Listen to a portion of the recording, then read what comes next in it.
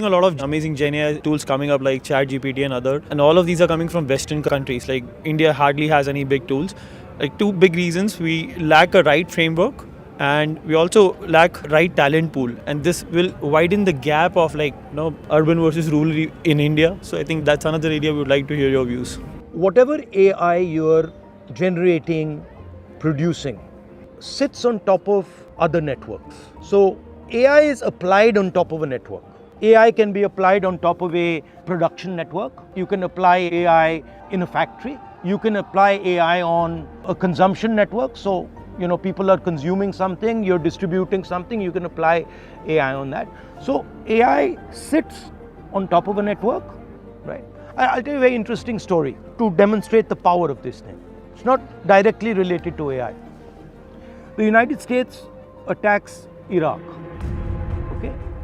Within 25 days, it has wiped out the entire Iraqi military.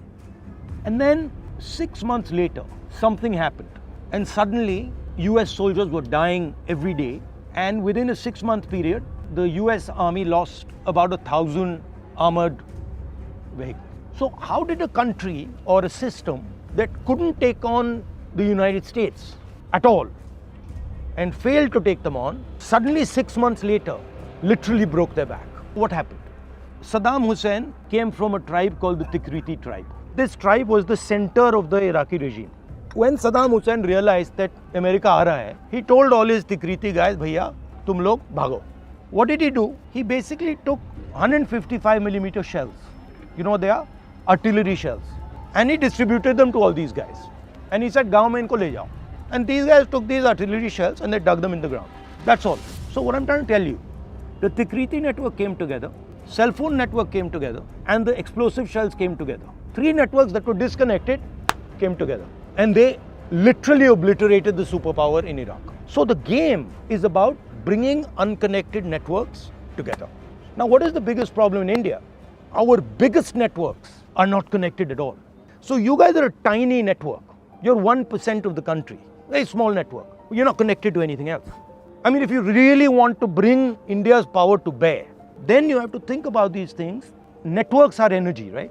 The moment you bring them together, it doesn't become 1 + 1 + 1. It becomes exponential. Blam, it just goes. If you use that framework, you can see that that's a very powerful framework in politics. It's a very powerful framework in business.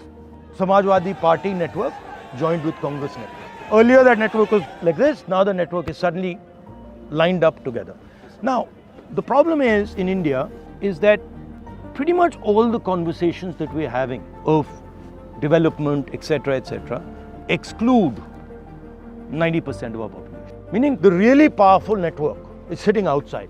So what is the role of technology and IT is to apply your understanding and knowledge on those networks. But right now what the game is taking place is you're in 1% or not able to apply the stuff in the large 90% of India. And then these networks are not only physical networks, right? So there are caste networks in India.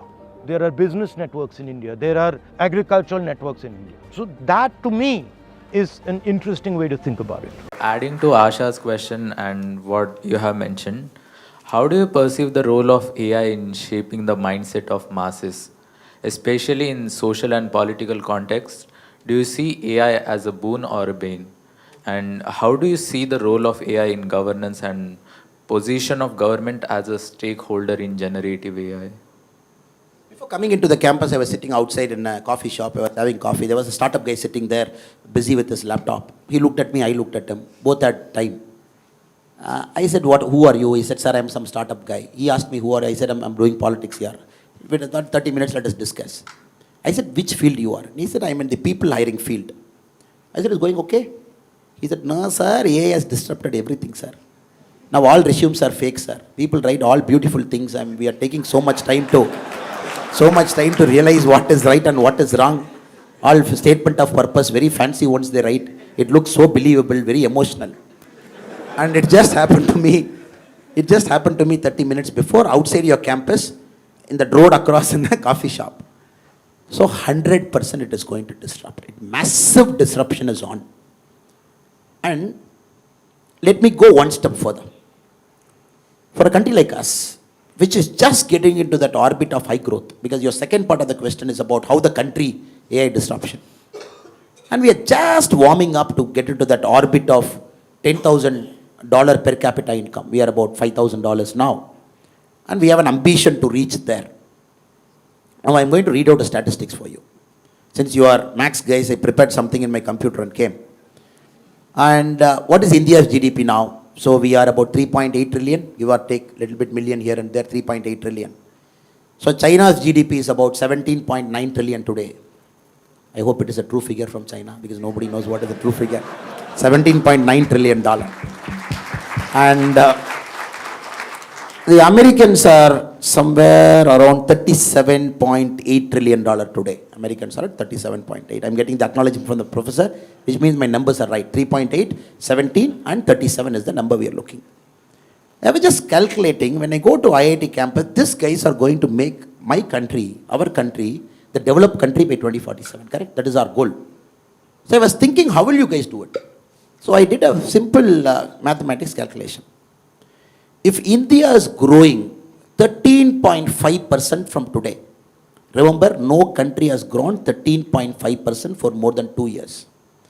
If India is growing 13.5% today, for the next 25 years, compounded annual growth rate, CAGR, F30.5, next year 13.5, 13.5. America is growing at 4% from today, 4%, 25 years. In 2047, we and US are equal. So you have to grow 13.5% every year. Americans have to grow at 4.5% every year. So that 2047, both sit at the same table and say, hello boss, both our economies are same. If we are growing at 13.5% today, for the next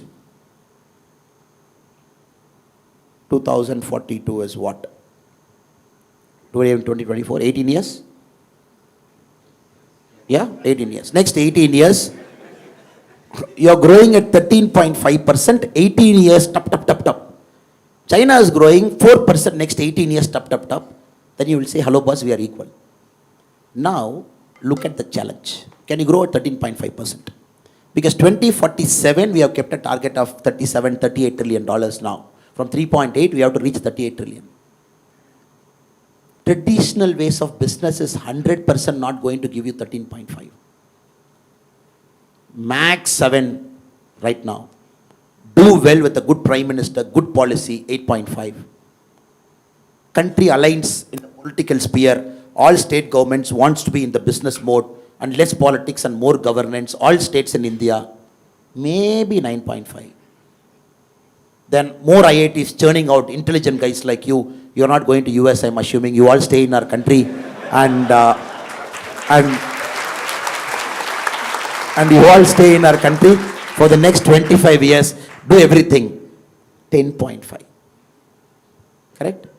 And China problem solved, Pakistan problem solved, everything solved. And there is no nuisance, political nuisance like me. Everybody is sober and everybody is good. 11.5. Correct? We are talking of 13.5. 2047 equal. So now you're talking of artificial intelligence disruption, 3D technology, traditional manufacturing practices going for a toss. Americans are telling no more buying from China. Next president, you have to manufacture in US. And you're like, hello boss, you manufacture in US, it will be costly. To hell with it, manufacture in US. If US starts back manufacturing in a big way, with the Elon Musk and people of the world, if the Europe starts manufacturing within them, and they don't want to get into this cost arbitrage, which China mastered for a long time, so you have to understand that is the world you are entering tomorrow morning. You are entering into the world, the Americans are very clear. You know for a fact, the next presidential elections in US, first time in America's history after 1776, the whites are going to be a minority. They're going to come down below 50%. So the brown skin and people like me, slightly more browner or black, whatever people call, and they are going to go above 50. Hispanics and Asians and everybody. The traditional whites, the Bible Belts, the Mormons, people inside, the so-called traditional whites, they're going below 50. It is carrying them. And next president election is going to be defined by this thing. Of course, two 83-year-old guys are fighting. So you never know. One guy is walking unsteadily, other guy is like, I still have energy left. It is going to be the oldest presidential election. But it is not going to be defined by who is more fitter among the two. You are 83, you are 80, you come do arm wrestling. It is not that. The American electorate are going to say, look, I am scared. My country, first time I am going below 50%. My manufacturing is not there. I am not getting jobs. My per capita income is coming down. If you look at the groups, the Hispanics and the Asians, their per capita income is growing up because they are more hardworking. Maybe I am not hardworking, but I don't want to work hard. Their artificial intelligence is entering. You start to imagine, it is reshaping the global politics. It is reshaping the way people are voting. Countries are going far right in Europe, far right.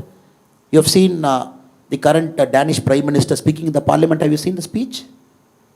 His speech about Muslims, his speech about immigration. Did you see?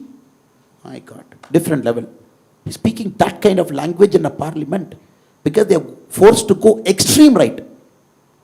And Palestine and Gaza, what? The day one, the terror attack inside Israel. How much killing? 800, 850? Close to 1,000 people. Innocent people died. People who just want to have a good fun in the evening, a party, they got killed, butchered, massacred. What is the retaliation from Israel? Today's count, 29,700. Netanyahu's peace plan is, he's saying, give me the whole Gaza. I want to see what is happening. Let us have control over. Just imagine, it is completely disrupting. People are fearful. People are afraid. People think the supply chain is going one side, probably to our hemisphere. And the south is fearing, the north is regaining control. The north is fearing, south is more noisy. The global south, the north. So you're getting into this geopolitical tension, which was never there maybe 100 years before. Even World War II was not worse than this. Because now there is no powerful guy. There is zero powerful guy. Who will put a regulation? Why should I listen to Americans' regulation on AI? Tomorrow if Joe Biden is saying, oh, this is America's regulation on AI, you all have to follow. I'm not going to follow. I'm saying, who are you? No, they say 1950 I was a great superpower. I will say to hell with it. You are no more a superpower. You are declining superpower. You are no Pax Britannica. You are not no Pax Americana. For 100 years, one global superpower managing the whole world. Look at America. They want to manage the whole world. You put one aircraft carrier in South China Sea. You put one closer to the Koreans. You put one in the Middle East. You put a CENTCOM command here. You have a Pacific fleet. You have a blue water navy. Everywhere Americans felt, oh, this is my century. I'm controlling the whole world. Middle East fellow have to listen to me. The Koreans have to listen to me. The Japanese have to listen to me. Now, why will I listen to US? If you look at Jaishankarji's statement, the America is listening to Jaishankarji now. He's going to US and talking a language which we never thought in our lives. We will hear an Indian external affairs minister talking in US like that. So the point I'm trying to tell you is, who is going to regulate AI? And it is completely cross-border. And Europeans don't have a common agreement on how to regulate. Some countries over-regulation, some countries lesser regulation. Americans have a problem. And you can't call the chiefs of big companies to the Congress every time, and the congressmen cannot sit and grovel them. It looks good on TV for their constituents, so you can get some votes. That's the American model of democracy. Look good on C-SPAN. Now what I'm trying to tell you is, I don't have an answer. That is why I'm giving a long answer to you. And what I'm trying to tell you is, there is no answer to it. It is going to disrupt. And that is why we need smart guys like you in politics. Because, how many current politicians understand AI? 543 members in the parliament. Yes, they are very good in the traditional politics. Extremely good. This caste you divide, this caste you put, and you put a candidate from this caste, and you put a independent candidate from this caste. Sorry, I look this side. Sorry, I'm just going that side. And you put an independent candidate from this caste. He will be the vote cutter, and they will win. Now, unfortunately, fortunately for us, and unfortunately for a lot of people, Modi ji is rewriting the political equation. He's saying, oh, development. And he's talking Vikshit Bharat. He's saying 5 years this and all those things. So now the politics have to change. See, people sitting there in Delhi, Not understanding technology, AI, deepfake, regulation. Over-regulation is a problem. You never know how to turn on that stove because dosa has to be pakka. It has to be correct thing. You have to just flip it and put it. Now regulation has to do that, right? You put over a thing, dosa will become black. Lesser it's uncooked, stomach pain. So I would only say better guys should get into positions of power, guys of integrity like you, guys of intelligence like you, and understand 10 years from now how will it happen, 20 years from now what will shape up, how is the global demography is changing, how is the geopolitical tension now. So Google is number one now, 10 years from now who will be number one? And you all know the chip, the AI, what is the AI background, what is the background for AI? Powerful chips drive AI, right? People say AI is not some bhuta or some something sitting somewhere in Norway and say, oh, I am AI here, hello, hi, hi. It is not that. It is some powerful chips manufactured in Hong Kong by TSMC, which manufactures 56% of the world's chip. And 60%, sir? Taiwan. Or a company situated in Netherlands which manufactures the mission for that chip. $100 million is one mission. And we are looking at nanometer now, sir. NM, we have got to 3 nm now, the chip design. 3 nm is the latest TSMC. I am really fearful. I am not hearing this conversation inside politics. I want to hear this conversation inside politics. I sit in many rooms. I sit in a lot of rooms. I want to hear this conversation. Oh, now it is locked. The company in Netherlands, the sole company in the world, which supplies that mission to TSMC, to NVIDIA, it supplies to Samsung. And they have a monopoly for the next many, many years to buy only that mission which can write 3 nanometer chip now. And you are seeing there is a guy who is having that monopoly outside and who is going to have that AI monopoly in the next 10 years, 15 years, 20 years. And I fear that we are going to get loose out. And that is why our government talks semiconductor, manufacturing, bring it, chips. And I don't see the language of an MLA or MP who doesn't even understand what is happening. Something happening in Taiwan is going to have a repercussion in IIT Chennai. So sorry for the long answer, but the short and sweet answer is, we need intelligence guys like you with integrity to come into the playing field and don't be a spectator outside. And to see, oh, these guys will regulate, 543 guys in parliament will tell me how to run my startup, let me run my startup like that. No, you have to be there to tell people of your generation, to tell them, hello boss, I am with you. I understand your problem. I am in the political field. Let us try and work out a solution. And we are not here to harm you as a government. And 13.5% growth for 25 years, sir. Is it possible? Unless you disrupt the whole mindset of our country. You got to have highways, you got to have, we have 41 Vande Bharat trains. We have to make it 500. The first bullet trail, 2026, it is going to fly. But we need 15 bullet trails. We have 149 airports. We need 300. We got to find inland waterways, movement of goods. You don't disrupt this. I don't think 13.5% is possible. And no, then you might tell me, no, sir, let us do after 2047. Why are you in a hurry? Let us grow only at 9%. Why do you want to come to IIT Chennai and raise our heart pressure to say 13.5%? Sir, what is this? You yourself said 7%. When a person like Modi ji comes, 8.5%. When all governments behave like Modi ji, it is 10%. When IIT guys don't go to America, they stay here 11%. You yourself said all those things. Now you are saying 13.5. Brother and sister, we will become old in 2047. Nigerians will come. You know what Nigeria is doing now to the world? They are just warming up. They are no more that third world country sitting in Africa. Their democracy is getting stabilizing. And once schools come, colleges come, Nigeria gets a seat in the United Nations table when the UN gets reformed. How can you say the most populous country of Africa, I don't give you a seat in the table, wait outside? How will you say a country of 142 crore people, reforms will come? India will be a permanent member. It's a matter of time. It's geopolitics. It's geopolitics. And reforms have to happen. And you cannot have a country of 142 crore to say, alright boss, you wait outside, your time will come after 25 years. So what I'm trying to say is, we are in for a serious disruption. Politics, economics, geopolitics, the way the supply chain is structured, the way Indian economy is being currently run. So I hope and pray that you guys get into politics. Now you are like, what is that? We called you to give lecture on only economics, only policing. Only this thing, and now you are calling us. So, unless the politicians become smarter than the people to whom the governance is applied, then there's no way you will progress faster. So I hope and pray that we all together will solve the AI challenge.